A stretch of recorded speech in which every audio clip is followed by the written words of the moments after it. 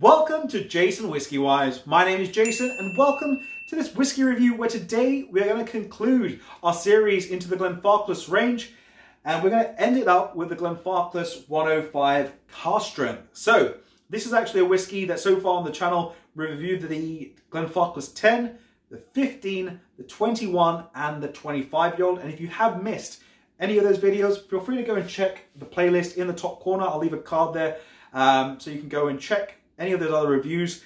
And if you're interested in the 105, well, we're going to get started into that right now. So the Glenfarclas 105 is a cask strength whiskey. This one here is a no age statement, bottled at an ABV of 60%.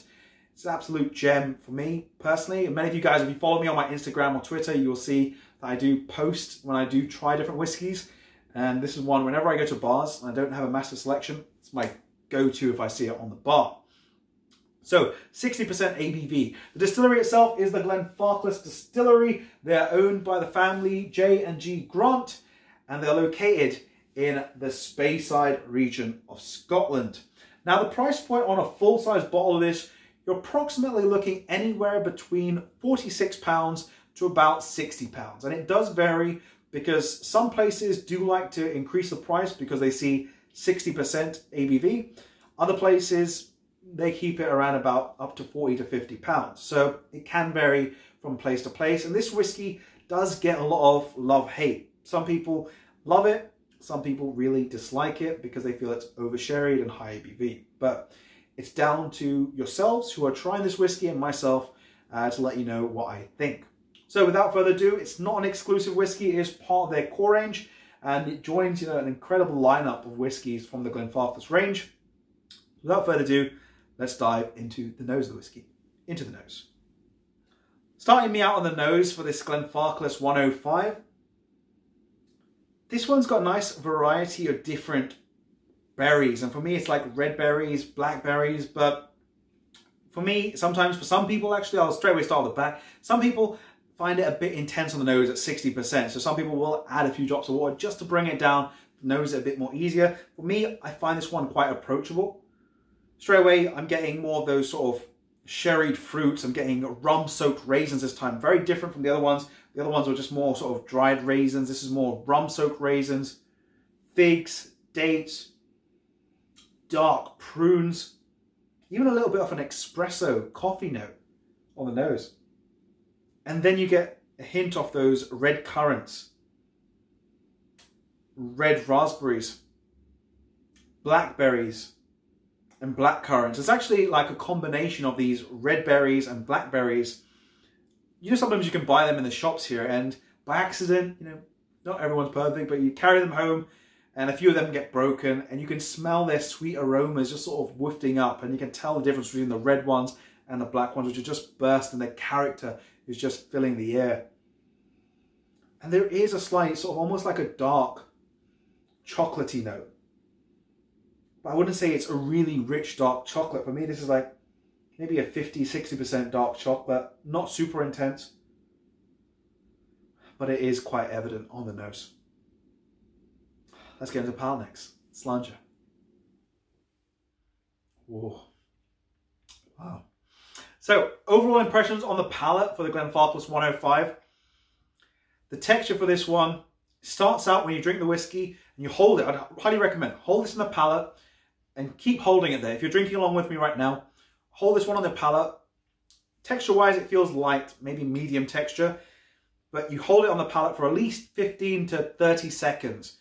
Let that texture sort of evolve on your palate, and you're going to see from that medium texture, it goes into a much more thicker, richer, fuller texture on the palate, creamier. And you're going to see it starts to sort of sink into your jawline, into your taste buds, onto the side of your cheek as it just really just gives you this much more darker fruits, these prunes, these dates, Christmas cake. It's like you're taking a very well-matured Christmas cake along with the juices. If you ever made your own Christmas cake or you've even gone to the shop and bought one, sometimes if they've got a little bit of the juices inside and you haven't put it in the oven, but you've just taken a bite out of it, just out of interest, and you're getting all these different juices bursting on the palate, really just giving you an incredible flavor profile. On the actual then, from the palate, you are getting a very, again, yogurty It reminds me of a Greek yogurt, which is very rich and thick in texture, but again, infused together with honey and these stewed fruits, these Christmas cake characters. It's just so beautiful on the palate.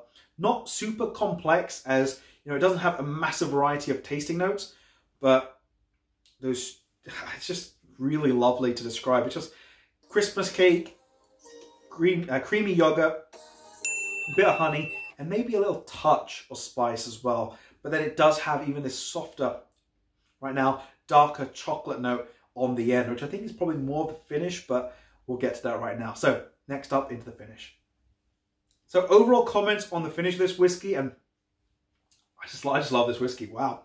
So overall finish, comments and tasting notes. Finish of this whiskey, it does have a nice long length to the finish. Flavor profile, you're looking again at those stewed fruit, exactly what you're seeing on the actual palate of this whiskey. It's mirrored onto the finish. You're getting those stewed fruits. I'm getting a little bit of that coffee note coming through, but on the finish of this one, it doesn't turn out dry. It comes out much more sweeter, and for me, it's almost like a sweet toffee. Sometimes you get, I think it's, I can't remember the actual name of the chocolate we get here in the UK, but it's got toffee and chocolate and like a wafer biscuit, and it's kind of like a combination of the three, but with those stewed fruits into one. It's just, oh, it's just so enjoyable on the palate, and then on the finish, really, really nice whiskey. Overall score for this one, I really enjoy this whiskey so much. Wow. I'm giving this one a 91 out of 100. For me, this is just a whiskey. The Glenfarclas 105 is one that I just really love. It's great value for money because every time I see a bottle, it's about £45 up to £50. 60% ABV.